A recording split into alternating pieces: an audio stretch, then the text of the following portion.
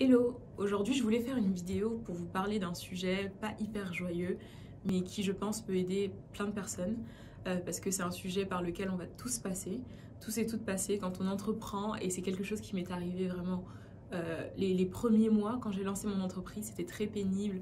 Au début c'était très pénible et j'ai dû quand même affronter pas mal de stress et j'ai dû trouver comment gérer ça moi-même et j'aimerais vous partager un petit peu mes tips comment je fais pour gérer la situation quand tout va mal.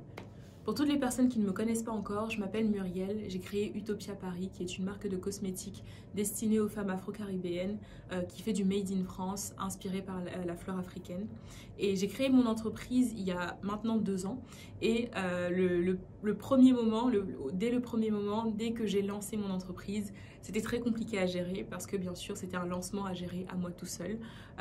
Donc il faut savoir que je suis solo entrepreneur, donc j'entreprends seule, je n'ai pas d'équipe autour de moi. Je ne gère pas mon entreprise avec d'autres personnes. Donc, quand il y a des moments de bas, je les vis tout seul, tout comme quand il y a des moments de haut. Même si les hauts, bien sûr, on les partage avec tout le monde, on est super content. Et les bas, on a plus tendance à les garder pour nous. Comme je le disais, c'est pas vraiment facile de gérer tout ça quand on est entrepreneur et quand on est dans le produit, les biens de consommation et pas dans le service, et quand on doit gérer toute une société toute seule. C'est pas facile et on a très souvent des moments de bas. Moi, j'ai très mal vécu ma période de lancement à travers mon crowdfunding quand j'ai lancé ma marque pour la première fois. Parce qu'il y a plein de choses que je découvrais, j'avais besoin d'assistance sur plein de choses. C'était hyper stressant. Ça demande beaucoup de charge mentale. Tu dois tout le temps être présent sur les réseaux sociaux, tu dois tout le temps communiquer avec tout le monde. Tu as des choses qui débarquent auxquelles tu n'avais pas pensé, tu dois t'adapter, c'est très lourd une campagne de crowdfunding et je l'ai très mal vécu. Et donc c'est pour ça que juste après la fin de la campagne de crowdfunding, j'ai voulu ne penser à rien, j'ai voulu arrêter totalement de travailler et je l'ai fait pendant un moment, je suis partie.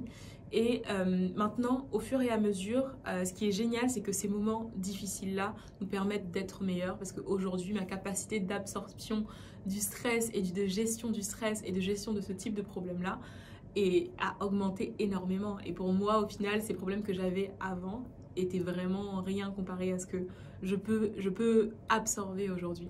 Et aujourd'hui, j'aimerais beaucoup vous partager mes 3 tips pour pouvoir gérer quand tout va mal, quand vous êtes dans une période de mal et quand vous êtes vraiment submergé par tout le mauvais en fait en entrepreneuriat et quand vous ne savez pas comment vous en sortir.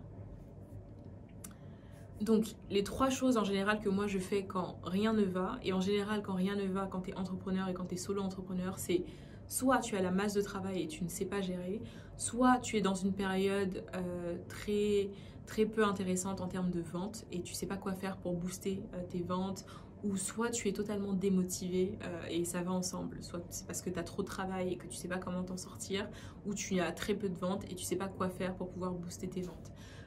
Et en général, tout ça provoque une grosse dépression, une grosse déprime, pas une dépression mais une déprime. Donc tu te sens super mal, t'as pas envie de travailler, ou tu te sens submergé, tu sais pas par où commencer, tu paniques, t'as des crises d'angoisse ou des crises de panique.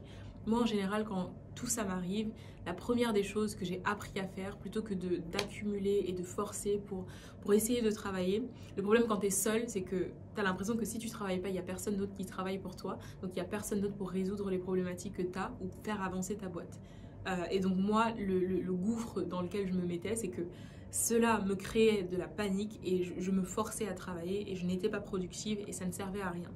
Donc la première des choses que je vous conseille à faire quand rien ne va, c'est vraiment de prendre du recul. Si c'est prendre 1 heure, si c'est prendre 5 minutes, si c'est prendre une journée, si c'est prendre une semaine, prenez le recul qu'il vous faut pour pouvoir déconnecter un petit peu de ça. Et très souvent, quand vous déconnectez un petit peu de la situation à chaud, vous vous rendez compte que soit c'était pas si grave que ça, ou soit ce recul-là vous a fait du bien et vous a apporté d'autres solutions, soit vous avez plus de recul sur le problème et vous arrivez à entrevoir des solutions. Mais en tout cas, prenez du recul, prenez du temps. Quand je parle du recul, c'est que ok, là je suis submergée, par exemple actuellement je suis submergée, j'ai tellement de travail, je ne sais pas par où commencer et ça me fait paniquer rien que d'y penser. Donc ce que je vais faire, c'est ok Muriel, Premièrement, tu prends du recul, tu regardes la situation. Est-ce que c'est si grave que ça? Est-ce que tu vas mourir si tu n'avances pas dessus? Non. Donc, tu te calmes, tu prends 5 minutes si tu en as besoin, tu prends 1 heure si tu en as besoin, tu prends un jour ou une semaine. Une semaine, c'est très peu probable. En général, Muriel ne prend pas une semaine. Mais un jour, c'est aussi ça, c'est déjà plus possible. Donc, je prends un jour. Si j'arrive pas à travailler et que je suis vraiment très angoissée, je prends un jour, je fais une pause et je vois la situation de l'extérieur comme si ça me concernait pas. Une fois que j'ai pris du recul, je reviens, je suis beaucoup plus apaisée, pas trop de stress. Ce que je fais, c'est je décompose le problème. C'est que très souvent, comme je vous ai dit, quand tu es solo entrepreneur, quand rien ne va, c'est beaucoup souvent dû à une charge de travail monumentale ou que tu as l'impression d'avoir trop de choses à faire et de ne pas sortir la tête de l'eau. Ou juste, voilà, tu prévois plein de choses à faire, tu vois tout l'étendue du travail qu'il te faut ou du budget ou des actions que tu dois mener pour pouvoir augmenter tes ventes et tu n'arrives pas à réussir à voir comment toi tu peux faire ça tout seul. Donc ce que je te propose sur la deuxième étape, c'est vraiment décomposer le problème. C'est que quand tu vois le problème dans son ensemble, tu te dis ok, je sais pas, mon objectif c'est de faire 1000 ventes. Tu te dis ok, 1000 ventes toute seule, j'ai pas de budget, comment est-ce que je vais faire? Ok, si tu vois ça comme ça, tu vas te dire je vais jamais y arriver, tu vas paniquer, tu vas dire dans quoi je me suis lancée.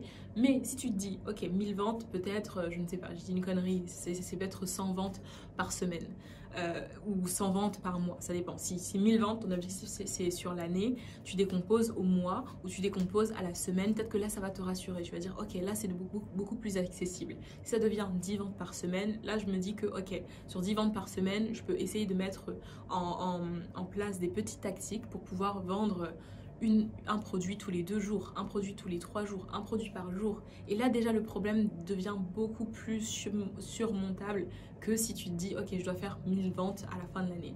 Là c'est beaucoup plus chaud. Donc décomposer le problème est super important, que ce soit la charge de travail que tu as.